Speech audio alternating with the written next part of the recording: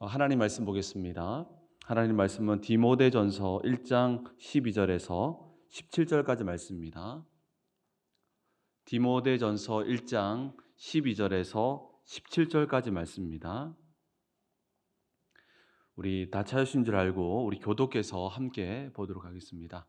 디모데전서 1장 12절에서 17절까지입니다. 제가 먼저 한 절 읽겠습니다. 나를 능하게 하신 그리스도 예수 우리 주께 내가 감사함은 나를 충성되이 여겨 내게 직분을 맡기심이니 내가 전에는 비방자요 박해자요 폭행자였으나 도리어 긍휼을 입은 것은 내가 믿지 아니할 때에 알지 못하고 행하였음이라. 우리 주의 은혜가 그리스도 예수 안에 있는 믿음과 사랑과 함께 넘치도록 풍성하였도다. 이보다 모든 사람이 받을 만한 이 말이요 그리스도 예수께서 죄인을 구원하시려고 세상에 임하셨다 하였도다. 죄인 중에 내가 괴수니라. 그러나 내가 긍휼을 입은 까닭은 예수 그리스도께서 내게 먼저 일체 오래 참으심을 보이사 후에 주를 믿어 영생 얻는 자들에게 본이 되게 하려 하심이라. 함께 보겠습니다. 영원하신 왕 곧 썩지 아니하고 보이지 아니하고 홀로 하나이신 하나님께 존귀와 영광이 영원 무궁하도록 있을지어다. 아멘. 오늘 저는 여러분과 함께 하나님의 긍휼 속에 살아가기라는 제목으로 함께 말씀을 나누기를 원합니다. 바울은 디모데를 에베소 지역의 교회로 보냅니다. 바울이 디모데를 에베소에 보낸 목적이 있었는데요. 바울은 디모데를 보내서 교회 안에 있는 에베소 교회 안에 있는 거짓 복음, 유대적 율법주의와 잘못된 이단 관념과 같은 거짓 복음을 제거하고 영광의 복음만이 교회 안에 가득하기를 원했음을 1장 전반부에서 밝히고 있습니다. 오늘 읽은 본문에서는 바울 자신이 구원을 받고 어떻게 복음을 전하는 사도로 세움 받았는지에 대해서 오늘 본문을 통해서 설명하고 있습니다. 도저히 교회를 위한 사도로 세움 받을 자격이 없었던 자였는데 어떻게 복음을 전하는 자로 쓰임 받게 되었는지를 오늘 본문을 통해서 설명하고 있습니다. 오늘 본문에서 바울이 사도의 직분을 맡겨주신 그리스도 예수 주께 내가 감사한다라고 고백하는 것으로 오늘 본문을 시작하고 있습니다. 14절부터는 자신이 그러한 감사를 드릴 수밖에 없는 이유를 설명하는데요. 바울 자신이 여러분도 알다시피 과거에 그리스도의 교회를 핍박했던 자였음을 고백합니다. 바울은 그 어떤 사람들보다 그리스도의 교회의 직분을, 이 그리스도의 교회의 직분을 받을 수 없는 사람이었다는 것이죠. 그런데 하나님께서는 교회를 파괴했던 그를 교회를 다시 세우는 자로 사용하시는데요. 하나님께서 바울을 용서하실 뿐 아니라 그리스도의 교회를 세우는 일에 우두머리로 사용하십니다. 어떻게 해서 바울이 이와 같이 열방의 교회를 세워나가는 열방의 사도로 쓰임받을 수 있었을까요?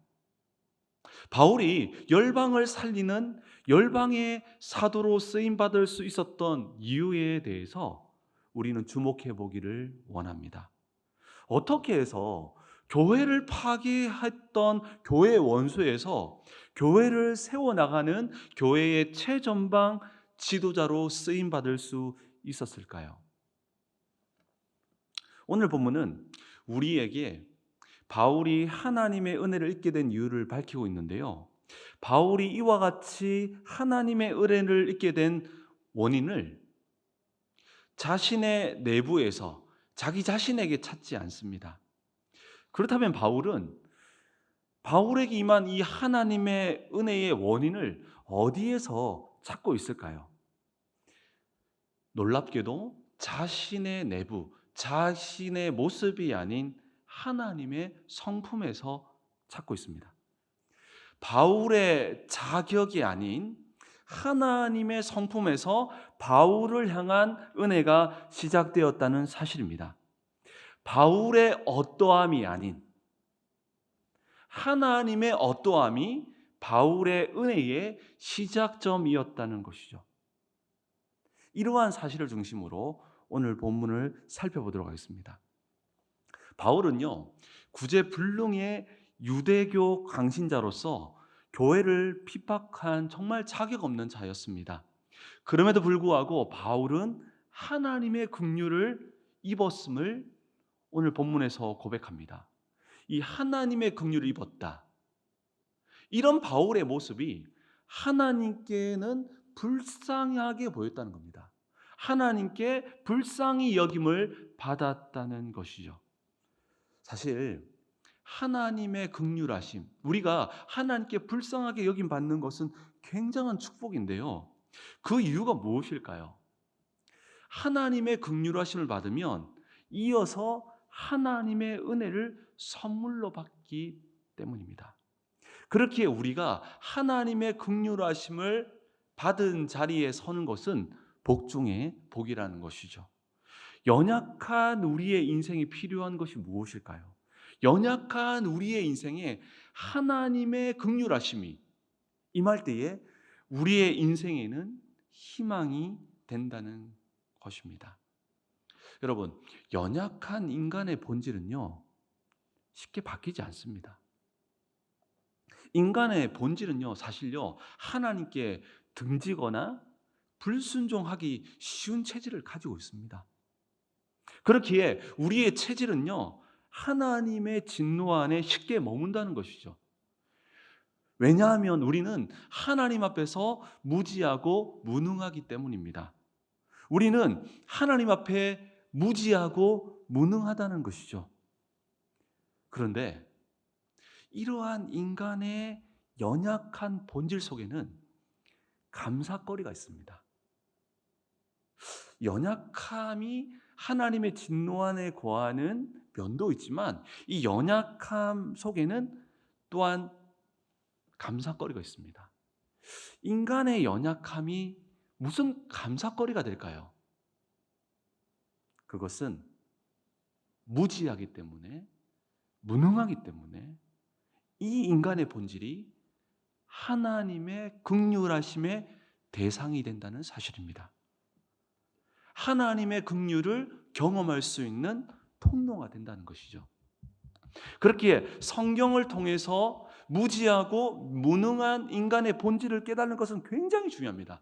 왜냐하면 이때 우리는 하나님의 긍휼하심을 간구할 수 있으며 하나님의 긍휼 속에서 하나님의 은혜를 경험할 수 있기 때문입니다. 그러나 무지하고 무능한 인간의 본질을 깨닫지 못하면 자기 힘으로 살아갈 수 있다고 하는 교만에 빠져서 결국 하나님의 진노 안에 머무는 경우가 대부분이라는 것입니다. 이것이 연약한 인간의 모습이라는 것이죠. 그렇기에 연약한 우리의 인생의 유일한 대안은 하나님의 긍휼하심 속에서 살아가는 것입니다. 하나님께 긍휼하심을 입는다는 것은 굉장히 중요하다는 것이죠. 하나님의 긍휼하심 속에서 우리의 연약함을 하나님의 것으로 채워가는 것이 복 중의 복이라는 것입니다. 오늘 본문에서는요, 바울이 긍휼하심을 입게 되었다고 고백하면서 긍휼을 입게 된 두 가지 이유를 밝히고 있습니다. 첫 번째 이유를 13절에서 밝히고 있는데요. 바울이 하나님께 긍휼을 입게 된 이유가 무엇이라고 말하고 있을까요? 우리 13절 말씀은 다 함께 읽어보도록 하겠습니다. 우리 13절 말씀 다 같이 읽겠습니다. 시작. 내가 전에는 비방자요 박해자요 폭행자였으나 도리어 긍휼을 입은 것은 내가 믿지 아니할 때에 알지 못하고 행하였습니다. 아멘. 바울은 자신이 하나님께 긍휼을 입은 자임을 고백합니다. 이를 통해서 하나님께 은혜를 입게 되는데요. 하나님의 긍휼하심을 통해서 자격 없는 자에게 주시는 은혜를 선물로 받게 되었다는 것이죠. 바울이 어떻게 해서 하나님께 불쌍히 여김을 받게 되었다고 말하고 있습니까? 첫 번째로는 알지 못하고 행하였음을 말하고 있습니다. 알지 못하고 행하였음이라. 바울이 긍휼을 잊게 된 것은 알지 못하고 행하였음이라라고 말씀하고 있습니다.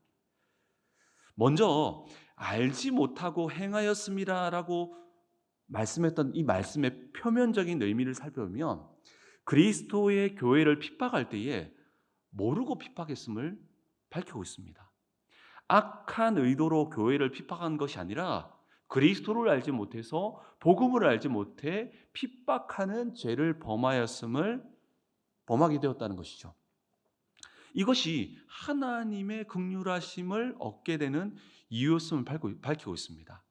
여러분, 우리는요 보통 사입이나 이단을 경계하며 비판하게 되는데요, 특별히 TV나 또 여러 소식을 통해서 이단 교주에 대한 소식을 들으면 우리도 모르는 사이 저절로 마음속으로 이 이단 중에서 이단 교주를 향해서는 쌍욕으로 마음속으로 비판할 때가 있습니다. 그런데 이단에 빠져 아무것도 모른 채 자신의 재산을 탕진하고 모든 것을 잃어버린 어르신이나 젊은이들을 볼 때는 어떤 마음이 듭니까? 많은 경우 불쌍한 마음이 들죠. 모두 이단에 빠진 죄를 범하였는데 이단 사이비 교주에게 더 분노를 느끼는 이유는 무엇일까요? 교주들은 악의적으로 의도적으로 이단의 죄를 저질렀기 때문입니다. 그런데 이단에 빠진 자들은 때로는 알지 못해서 자신의 인생을 허비하는 경우가 많습니다.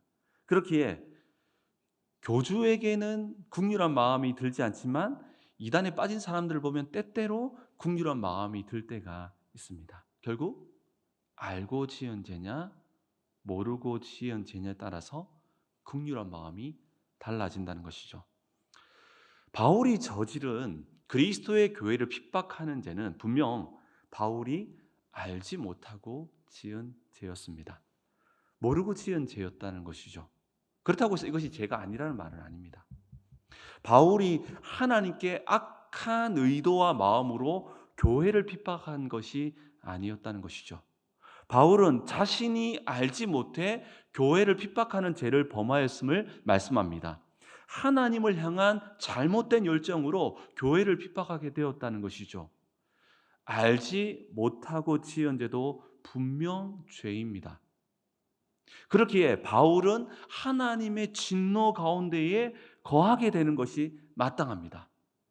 이때에 알지 못해 죄를 범한 이 바울의 열정과 모습이 하나님께 불쌍히 여김 받는 긍휼하심을 잊게 된 것이죠.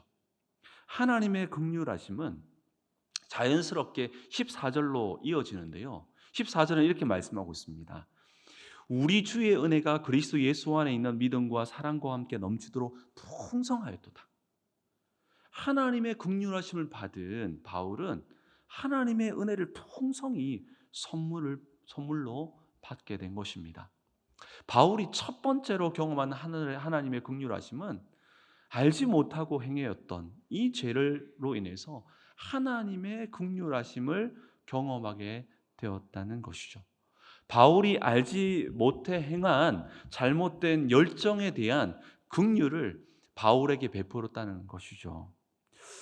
여러분, 13절에서 하나님의 은혜를 긍휼하심을 입은 것은 이 표면적으로는요, 바울이 이 복음을 알지 못해서 그리스도를 알지 못해서 핍박한 죄를 긍휼히 여기셨다는 것인데요. 그런데요, 이 바울의 긍휼하심에는 이 표면적인 의미보다 더 깊은 메시지가 있습니다.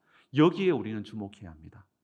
바울은 단지 복음만 무지했음을 고백한 것이 아닙니다. 자신의 본질, 자신의 본질이 하나님 앞에서 무지한 존재임을 복음 안에서 발견했기 때문입니다. 알지 못하고 행했다는 것은 단지 그리스도를 알지 못해서라는 말만이 아니라 자신의 본질이 하나님 앞에 아무것도 알지 못하는 무지한 자임을 깨달은 것입니다. 바울은요, 높은 학식과 학문을 자랑했던 자였습니다. 그러나 이 복음은 굉장히 놀랍습니다. 복음을 깨달은 후에 자신이 정말 하나님 앞에 무지한 자임을 깨닫습니다. 자신이 무지한 자이기에 하나님의 긍휼하심을 구할 수밖에 없는 연약한 자임을 깨달은 것이죠. 그렇기에 알지 못하고 행했다라고 함은 하나님, 저는 아무것도 모릅니다. 저에게 긍휼을 베풀어 주옵소서라고 하는 본질적인 깨달음이 그 안에는 숨겨져 있다는 사실입니다. 바울은 복음을 통해 무지한 인생의 본질을 깨뚫어 본 것입니다. 이것이 하나님의 긍휼하심의 출발점이 된다는 사실입니다. 우리 역시 하나님 앞에 아무것도 모르는 자임을 복음 안에서 깨달아야 한다는 것이죠. 이때 우리 역시 하나님의 긍휼하심이 우리 인생 가운데에 거할 수 있다는 것이죠. 이때 비로소 하나님의 은혜가 우리 인생에 나타나게 된다는 것이죠. 여러분, 복음은요, 단지 우리를 천국으로 가는 것만 하는 것이 아닙니다. 복음은요, 우리가 누구인지를 보게 합니다. 이때 우리는요, 아무것도 모르고 행하는 자임을 고백하게 된다는 것이죠. 이때 하나님의 긍휼하심이 우리 인생에 시작되며 이때 우리 인생은 하나님의 은혜로 빛나게 될 줄 믿습니다. 오늘 말씀을 통해서 무지한 인생의 본질을 정말 깨닫게 되기를 축복합니다. 이때 하나님의 긍휼하심이 우리 인생 가운데에 나타나게 될 줄 믿습니다. 이때 하나님의 긍휼로 말미암아 하나님의 은혜가 우리의 삶에 가득 나타나게 될 줄 믿습니다. 바울은요, 하나님의 긍휼하심은 은혜로 이어짐을 말한 후에 그리스도께서 죄인을 구원하러 오셨는데 자신이 죄인 중에서도 우두머리임을 고백합니다. 예수님께서 세상의 죄인을 구원하시려는 그 죄인들 중에 자신이 가장 큰 죄인임을 고백합니다. 그 말씀이 15절 말씀인데요, 이렇게 말씀하고 있습니다. 밑보다 모든 사람이 받을 만한 이 말이여, 그리스도 예수께서 죄인을 구원하시려고 세상에 임하셨다 하였도다. 죄인 중에 내가 괴순이라. 여러분, 바울이 이와 같이 자신이 가장 큰 죄인임에도 이와 같이 구원받았음을 고백하는 이유가 무엇일까요? 자신이 하나님께 가장 큰 긍휼하심을 입었다는 것입니다. 그러면서 바울은 13절에 이어 자신이 긍휼을 입은 까닭을 말하는데요, 바울이 두 번째로 긍휼을 입은 이유가 무엇이라고 오늘 본문에서는 말하고 있습니까? 16절 말씀인데요, 우리 16절 말씀은 함께 다 같이 읽어보도록 하겠습니다. 우리 16절 말씀 함께 읽겠습니다. 시작. 그러나 내가 긍휼을 입은 까닭은 예수 그리스도께서 내게 먼저 일체 오래 참으심을 보이사 후에 주를 믿어 영생 얻는 자들에게 본이 되게 하려 하심이라. 아멘. 16절에서 바울이 하나님의 긍휼을 입은 두 번째 이유를 무엇이라고 말씀하고 있습니까? 바울이 긍휼을 입게 된 이유를 자신의 어떠함, 자신의 모습에서 찾지 않습니다. 자신의 모습에서 찾지 않았다는 것이죠. 바울이 하나님께 긍휼을 입은 까닭을 어디에서 찾고 있습니까?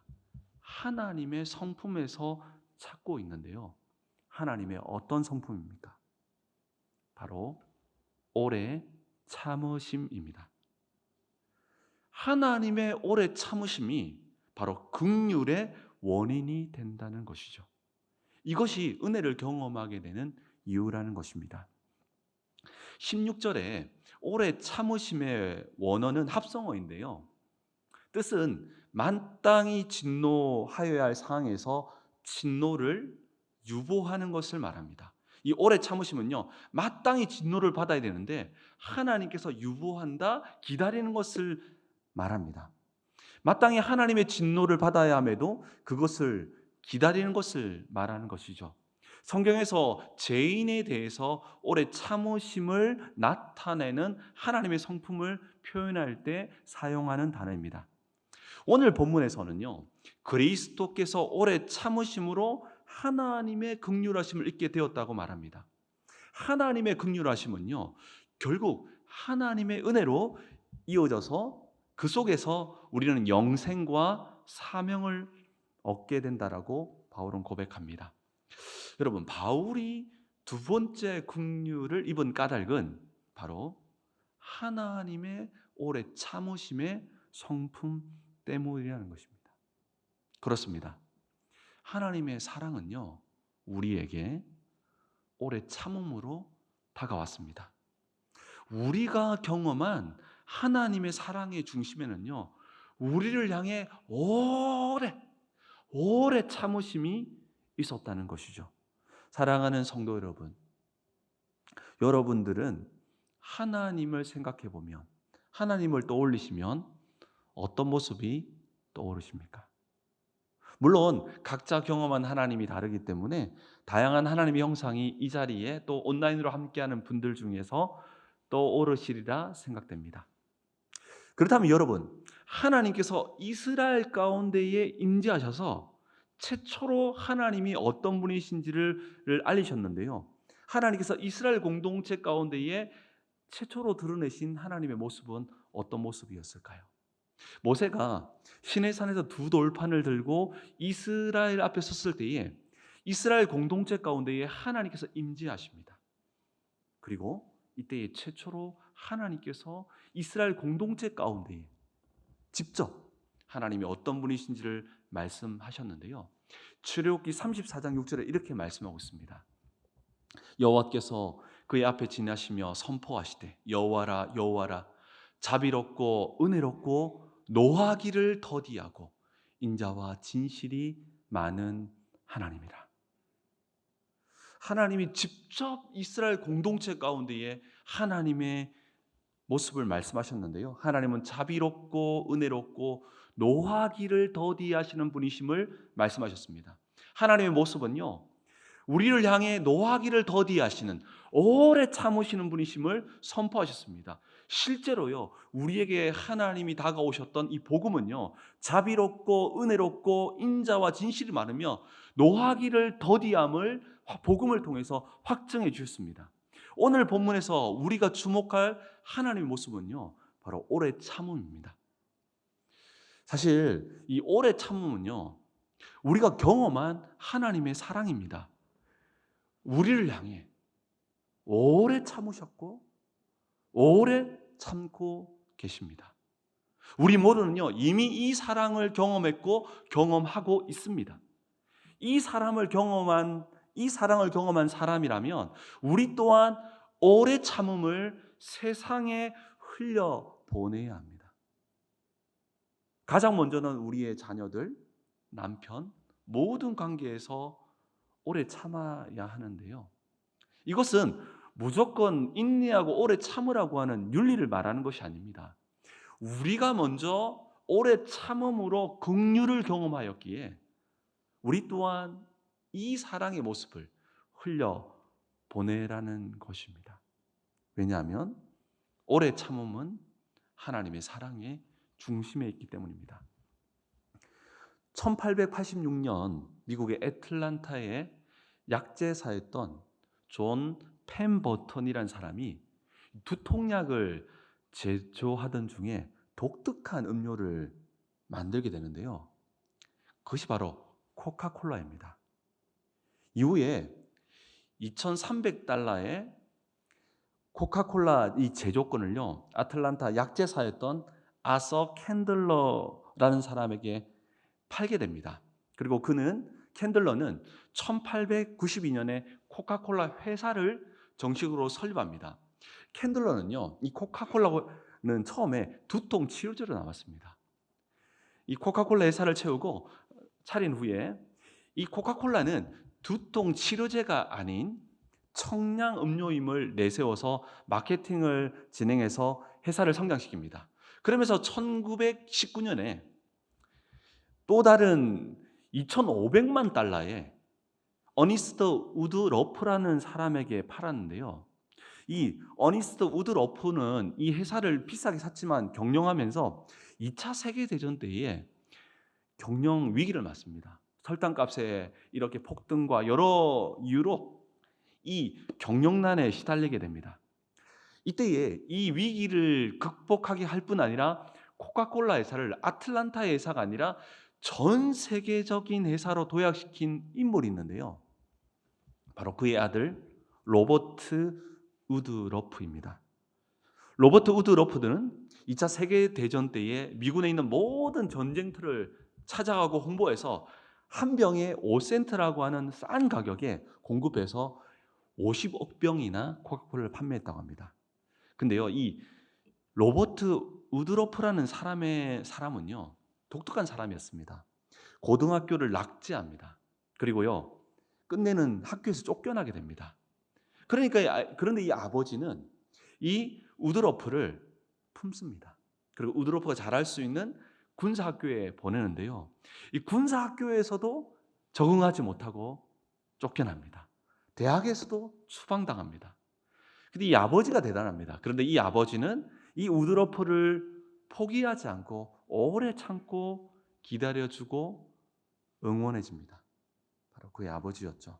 결국 이 아버지의 오래 참고 기다려준 것이 문제아 우드러프에서 거인으로 세계적인 사업가로 만들었는데요. 결국 세계적인 기업가 로버트 우드러프가 탄생하게 된 것이죠. 이 우드러프는요, 정말 아버지의 오래 참음과 품을 통해서 결국 위대한 인물이 되어졌고, 이 위기의 아버지를 이렇게 사업을 도와줄 뿐 아니라 결국 세계적인 기업으로 일으키게 됩니다. 그 중심에는 오래 참고 기다려준 그 아버지의 깊은 사랑이 그 사람을 변화시켰던 것을 보게 됩니다. 여러분, 아이들이요, 큰 사고를 쳤거나 또 큰 잘못을 했을 때에 가장 무섭고 영향력 있는 말이 무엇인지 아십니까? 정말 그냥 뭐 이렇게 사고 친 게 아니라 너무 큰 사고를 치고 정말 큰 잘못을 했을 때 가장 무섭고 영향력 있는 말이 무엇인지 아십니까? 바로 침묵입니다. 아무 말도 하지 않는 것이 때론 수천 마디의 말보다 강합니다. 아이들이 스스로 잘못을 깨달을 때까지 기다려주며 오래 참는 것입니다. 설교를 준비하다가 학창시절에 부모님께 자주 두들겨 맞던 친구가 생각이 났습니다. 그 친구가 한 번은 정말 큰 사고를 쳤습니다. 정말 경찰서에 찾아갈 법한 사고를 쳤습니다. 그리고 정말 이 사고를 치고 나니까 이 부모님이 알았을 때 얼마나 이때는 완전 죽었다라는 마음이 들어서 정말 엄청나게 주워 터질 마음을 가지고 집에 들어갔다고 합니다. 그런데 부모님께서 아무 일 없는 것처럼 아무 말 하지 않고 평소처럼 잘 대해주었다고 하면서 그 다음날 저를 찾아와서 너무 불안하고 두렵다라는 고백을 들었던 기억이 납니다. 차라리 욕을 하거나 때렸으면 좋겠다라는 그런 고백을 했던 기억이 납니다. 때론 오래 기다려주는 것, 때론 침묵하는 것이 굉장히 무서운 말이 되기도 한다는 것이죠. 침묵은 때론 어떤 말보다 강력한 메시지가 될 때가 있습니다. 하나님의 오래 참음은 우리에게 그 어떤 말보다 강력한 메시지가 되는데요, 그 메시지의 중심에는 하나님의 사랑이 있다는 것이죠. 하나님의 오래 참음의 성품은 누구나 하나님의 긍휼을 입을 수 있다는 것을 말하기도 합니다. 누구든지 하나님께 나오기만 하면 하나님의 긍휼을 입을 수 있다는 것이죠. 왜냐하면 하나님은 노하기를 더디하시는 분이시기 때문입니다. 이를 위해 우리는 복음 안에서 우리의 무능을 깨닫는 것은 굉장히 중요합니다. 우리가 하나님 앞에서 아무것도 할 수 없는 존재임을 깨달아야 한다는 것이죠. 이는 결국 우리를 오래 참음으로 우리에게 긍휼을 베푸시는 하나님께로 이끕니다. 우리는 하나님 앞에 무능합니다. 선을 행할 능력도, 온전한 순종할 능력도, 죄에서 완전히 빠져나올 능력도 부족합니다. 우리에게 필요한 것이 있습니다. 하나님의 긍휼하심입니다. 일용할 양식이 필요하듯 우리에게는 일용할 하나님의 긍휼이 필요합니다. 일용할 하나님의 긍휼이 필요하다는 것이죠. 이때 우리는 오래 참음으로 긍휼을 베푸시는 하나님을 만나게 됩니다. 오래 참으시는 이 하나님이기 때문에 누구나 언제나 하나님께 나아갈 수 있다는 것이죠. 누구나 하나님께 하나님의 긍휼을 구할 수 있다는 것입니다. 우리는 복음을 통해 우리가 얼마나 무지하고 무능한지를 보아야 합니다. 이때 우리는 하나님께 긍휼을 구하는 삶을 살게 됩니다. 이때 바울에게 베푸셨던 긍휼을 우리 인생에서도 베푸시게 하며 또한 이것이 우리의 인생을 빛나게 한다는 것입니다. 오늘 말씀을 통해서 우리의 본질을 복음으로 말미암아 깨달음으로 하나님의 긍휼을 누리며 살아가는 우리의 인생이 되기를 예수 그리스도 이름으로 축복합니다.